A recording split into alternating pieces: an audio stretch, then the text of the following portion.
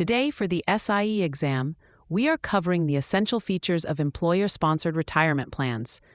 Understanding the distinctions between 401k, 403b, and 457 plans is critical, as questions often test your ability to identify which plan is appropriate for a specific type of employer. Let's start with the most common plan, the 401k.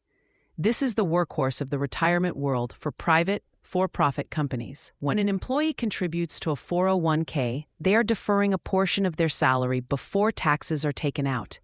This reduces their current taxable income.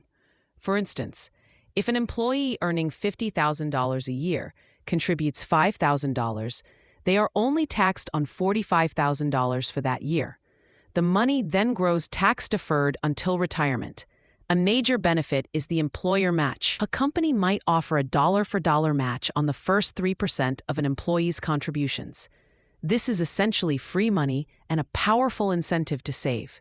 However, this matching contribution is not owned by the employee immediately. This is where vesting schedules come in, a concept frequently tested on the exam. There are two main types. The first is cliff vesting. A typical 3-year cliff means if you leave the company even one day before your 3-year anniversary, you forfeit all employer matching funds.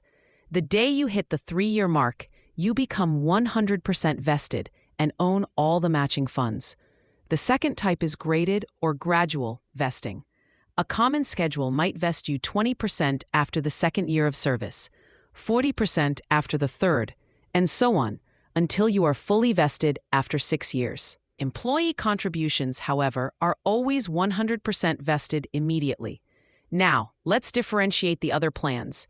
The 403b plan is functionally similar to a 401k, but is exclusively for employees of public schools, colleges, universities, and nonprofit organizations like charities and hospitals. The exam will test this distinction, so knowing the employer type is crucial.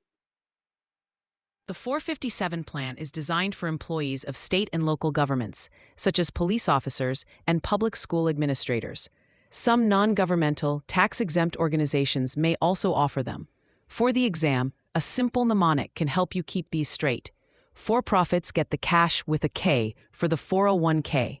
Public schools and benevolent nonprofits get the B for the 403b, and government servants get the 7 for the 457. Finally, let's discuss plan loans, which are a common feature across these plans. An employee can typically borrow from their retirement account. The rules generally permit a loan of up to 50% of the vested account balance, not to exceed a maximum of $50,000. This is not a free-for-all, as the loan must be repaid with interest, typically within 5 years, unless it's for a primary residence. A common exam trap involves the consequences of defaulting on the loan. If a participant fails to repay it, the outstanding loan balance is treated by the IRS as a taxable distribution. Furthermore, if the participant is under the age of 59.5, they will likely face an additional 10% early withdrawal penalty on that amount. This is a costly mistake that the exam expects you to understand.